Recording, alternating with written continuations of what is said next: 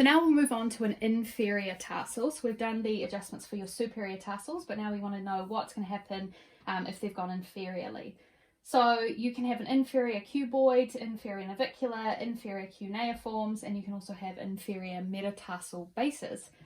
So they may also be, actually I do want to say this at this point, in your notes you'll see that it's also called like a medial navicular, but it basically means that it's gone inferior or towards the sole of the foot. So in the exam I will call it an inferior navicular, as I think it's a little bit more straightforward than it being medial. So for these adjustments, your patient is going to be laying face down or prone, and you're just going to be at the foot of the table. So you're going to find the inferior surface of the tarsal that you're wanting to adjust. So if we go this side, I think that'll be better. If we go to the inferior aspect of the navicular, we can find the medial malleolus, drop down until we find the navicular tubercle, and then make our way inside or into the underside of the foot to find the inferior surface of the navicular. So your contact point is going to be a thumb pad, and then you're going to place the other thumb on top as stabilization. So for this one, it's important that you've got the leg mostly on the table and you've just got the ankle hanging off. Because what you're going to do is you're going to kind of distract with your fingers, and the thrust is going to be in an I to S direction. So you want the leg to have something to brace against, so you're not creating this kind of movement, which isn't ideal. Like we talked about in the wrist, we don't want to do that. So medial malleolus, navicular tubercle, and then you're going to drop on the underside of the foot. Now I know I'm on the navicular. I can stabilize with the opposite thumb, place it on top of the thumbnail of my contact hand, lower the foot down so we've got the table to brace against. I'm going to wrap my fingers around the dorsum of the foot, or the top side of the foot. I can kind of use them to distract and spread, and then I'm going to put the foot into plantar flexion, and then my thrust is just going to be I to S, kind of up the table.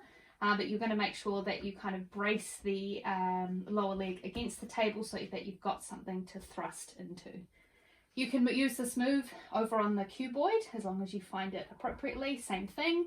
You can find it on the cuneiforms as long as, again, you find them properly. But all of them, you can just translate the same move into all of those tarsals. So we'll look at a medial calcaneus now. So this one is when you're going to have blocked end feel on joint play when you're pushing M to L, so it's stuck in a medial position. So for this one, you're going to get the person to lay on their side, and their top leg is going to be bent out of the way. You're going to put the person on the table so that it's just their calcaneus that's off the edge of the table. So their tibia, fibula and talus actually are all on the table. So if you can actually move up a tiny bit.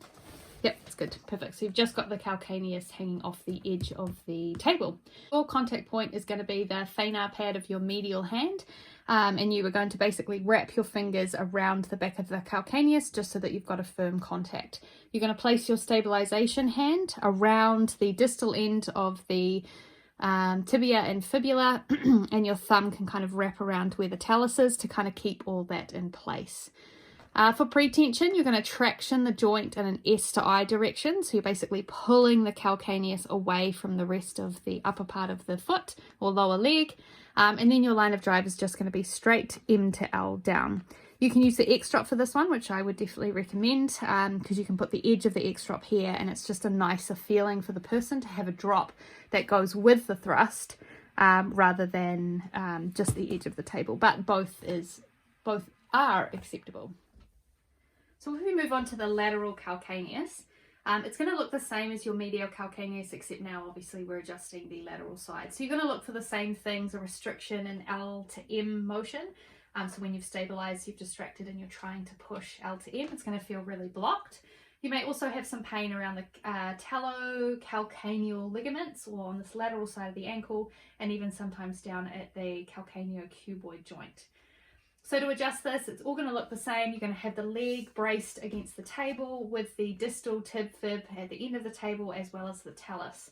So the calcaneus is the only thing off the edge of the table. Again, you can use the X drop for this one. In fact, I might just demonstrate on the X drop for this one, because I didn't for the medial one.